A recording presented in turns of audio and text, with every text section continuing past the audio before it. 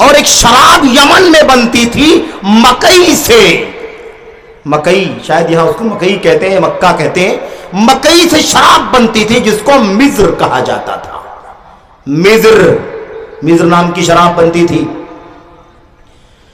آیا پوچھا اس نے اللہ کے نبی صلی اللہ علیہ وسلم, ہمارے علاقے میں یمن میں ایک شراب بنتی ہے مکئی سے, اس کا کیا حکم ہے, پی سکتے ہیں کہ نہیں پی سکتے؟ نبی کریم صلی اللہ علیہ وسلم نے فرمایا اوا مسکر ہوا, بھئی مکئی کی ہو, چاہے وہ آم کی ہو, چاہے وہ جو کی ہو, چاہے انگور کی ہو, کھجور کی ہو, اس سے مطلب نہیں ہے. مطلب کس ہے؟ اوا مسکر ہوا, کیا وہ نشہ پیدا کرتی ہے؟ اس کو پینے سے سر چکراتا ہے, سکر آتا ہے, نشہ آتا ہے کہ نہیں آتا ہے؟ اس آدمی نے کہا نام, اللہ کے نبی نشہ تو آتا ہے اسے نشہ آتا ہے. نبی کریم صلی اللہ علیہ وسلم نے فرمایا اچھا نشہ آتا ہے تو وہ حرام ہے, مسکر حرام ہے. اور آگے کیا فرمایا؟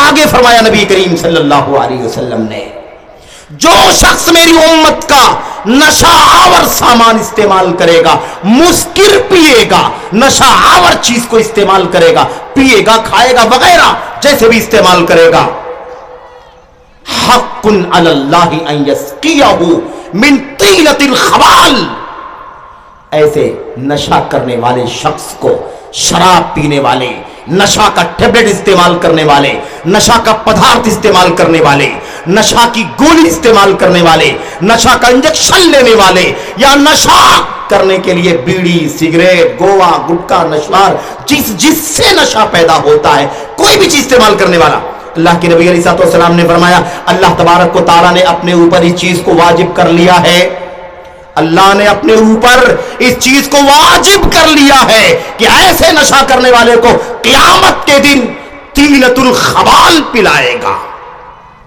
طینۃ الخبال پلائے گا. صحابہ نے پوچھا اللہ کے نبی وما طینۃ الخبال, یہ طینۃ الخبال کیا چیز ہے جو اللہ تبارک و تعالیٰ نشہ کرنے والے کو کل قیامت کے دن جہنم میں پلائے گا؟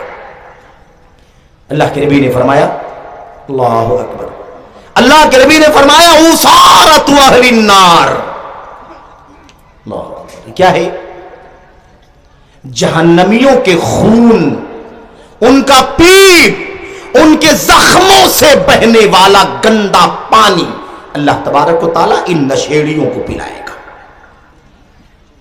ارے کون راضی ہے مجھے بتاؤ ذرا, کس کو پسند ہے کہ اللہ تبارک و تعالیٰ جہنم میں اسے داخل بھی کرے سزا دینے کے لیے, اور پھر اسے جہنمیوں کا پیپ, ان کا سڑا ہوا خون, بدبودار زخم سے نکلنے والا پانی اللہ تبارک و تعالیٰ ان کو پلائے؟ کون اس کے لیے راضی ہے؟ کیا کوئی مسلمان اس بات کو برداشت کر سکتا ہے کہ قیامت کے دن وہ جہنمیوں کا سڑا ہوا گندا خون اور پیپ اور پانی استعمال کرے؟ اللہ نے اپنے اوپر واجب کر لیا, اللہ نے اپنے اوپر ثابت کر لیا ہے. اللہ پر یہ ثابت ہے کہ اللہ تبارک و تعالیٰ ایسا کرے گا. میرے بھائیوں, میرے بزرگوں, میں آپ سے ایک بات کہنا چاہتا ہوں, وہ یہ ہے کہ یہ نشہ کس لیے, آج ہم نے شروع میں عرض کیا کہ 500 پدارتھ استعمال کیے جاتے ہیں, 500 سے زیادہ نشہ کرنے کے لیے دنیا کے اندر, اور مشہور چیزوں کا ذکر ہم نے آپ کے سامنے کر دیا. اس کے اندر کوکائن بھی ہے, اس کے اندر کیفین بھی ہے, اس کے اندر یہ جو ہم لوگ تمباکو, بیڑی, سگریٹ اور گوا, گٹکا, نشوار, عینی, کھینی استعمال کرتے, یہ سب اس کے اندر شامل ہے. کوئی یہ نہ کہے تمباکو حرام نہیں ہے, یہ نشہ نہیں ہے, یہ بیڑی سگریٹ نشہ نہیں ہے, یہ کھینی نہیں ہے. یاد رکھو نبی نے فرمایا ہے جس سے بھی سر چکراتا ہے وہ شراب ہے, اور ہر شراب حرام ہے. اللہ اکبر.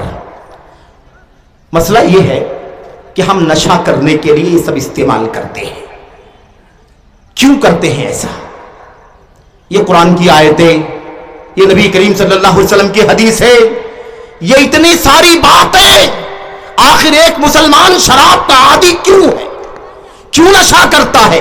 کیوں شراب نہیں چھوڑتا؟ کیوں گوا, گٹکا, نشوار, تمباکو, بیڑی, سگریٹ کیوں نہیں چھوڑتا؟ کیوں نہیں توبہ کرتا؟ اس سے اس کا دین جا رہا ہے, اس کا ایمان جا رہا ہے, اس کا مال ضائع ہو رہا ہے, اس کی صحت برباد ہو رہی ہے, اس کا سماجی کردار ضائع ہو رہا ہے, اس کا گھر ٹوٹ رہا ہے, سماج اسے لات مار کے گھر سے باہر نکال رہا ہے. پھر کیوں استعمال کرتا ہے؟ کیوں نشہ کرتا ہے؟ یہ اس لیے نشہ کرتا ہے میرے بھائیوں، نمبر ایک پہلی چیز یہ ہے کہ اسے دین کا علم نہیں ہے۔ بہت بڑی تعداد ایسی بھی ہے جو اس کو جانتی نہیں ہے کہ حرام ہے، جانتی نہیں۔ اور دوسری چیز یہ ہے کہ جو ہیلے بہانے چلے ہوئے ہیں، ہیلے بہانے، یہ تو انرجی کے لیے ہے، یہ تو اسٹیمنا کے لیے ہے، یہ تو ذہنی طاقت کے لیے ہے، یہ تو اچھی صلاحیت کے لیے ہے، یہ تو لانگ ٹرم کام کرنے والوں کے لیے ہے۔ یہ جو ہیلے بہانے چلتے ہیں نا، اس کی بنیاد پر وہ ان تمام چیزوں کو استعمال کرتا ہے۔ کوئی آدمی اس لیے شراب یا نشے کی چیزوں کو استعمال کرتا ہے اس لیے کہ اسے اپنی زندگی میں سکون نہیں ہے، وہ بولتا ہے مجھے سکون چاہیے، سکون حاصل کرنے کے لیے نشہ کرتا ہے۔ لا حول ولا قوت الا باللہ۔ کوئی آدمی آپ کو ایسا ملے گا اس لیے نشہ کرتا ہے کیونکہ اس کے پاس کوئی کام نہیں ہے، فالتو گھوم رہا ہے، بیکار ہے، نکما ہے، کوئی جاب نہیں ہے، کوئی سروس